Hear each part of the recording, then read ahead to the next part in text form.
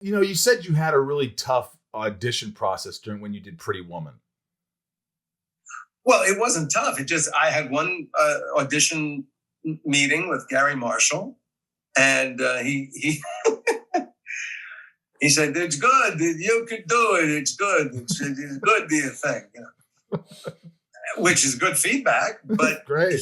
There was no way he wanted me for this part. I was not what he had in his head. He thought I was too young, too baby-faced, and too small. He knew that there was this physical confrontation with Richard Gere's role. And I think the line that the casting director told me is Gary felt like it would look like Richard was beating up a dwarf. And since Disney's producing this film, and they're protective of dwarves. So I was a non-starter for Gary. And without naming the actor he wanted, because that wouldn't be fair, but he knew who he wanted, and they couldn't make a deal with that actor. The guy just wouldn't do it for the money. He wasn't interested.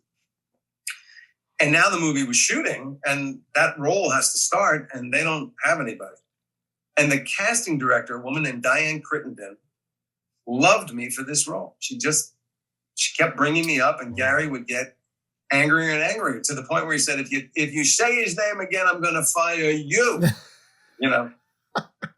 And I think it was like days before this character had to start, and she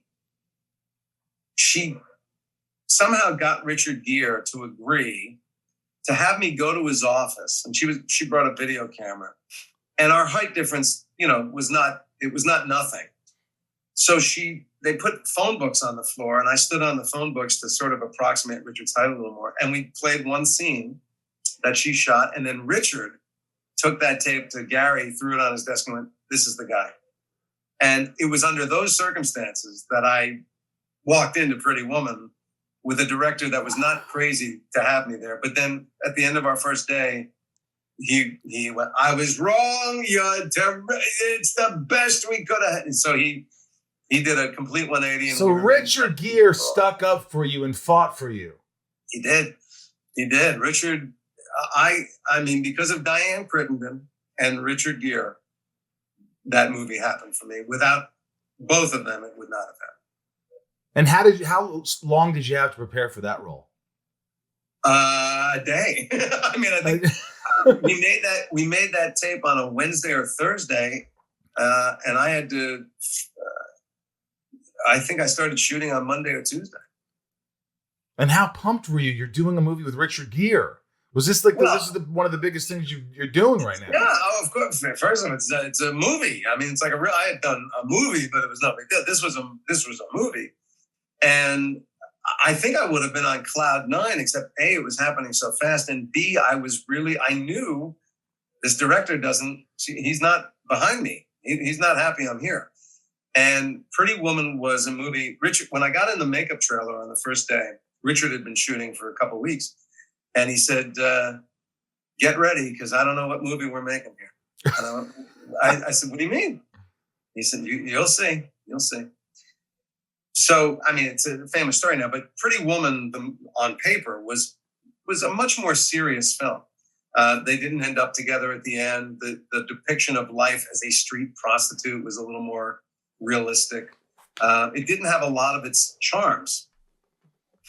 And Gary was, in some ways, manufacturing this movie out of his head. So you'd get on the set and thinking you were going to do one thing, and you'd wind up doing something completely different. So my first day, I walk onto the set, and it's a short scene about the business machinations between our two characters. And I had a couple of things. I said, well, my character must be very deferential to this rich, powerful boss. He's going to be. I had some ideas, not many, but. And Richard had on a very fancy pair of shoes that day. They were just gorgeous, but they were like striking for a men's shoe. It was a very striking shoe. Right. And Gary noticed it. And so when we came over to rehearse, we started running the dialogue, and Gary went, wait.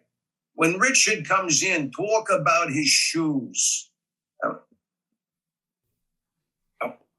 All right, okay. And so I started busting Richard's chops about, hey, ooh, pretty fancy. Look at you, Tinkerbell. Where are you? So we're playing, and Gary's laughing. You go, let's shoot it.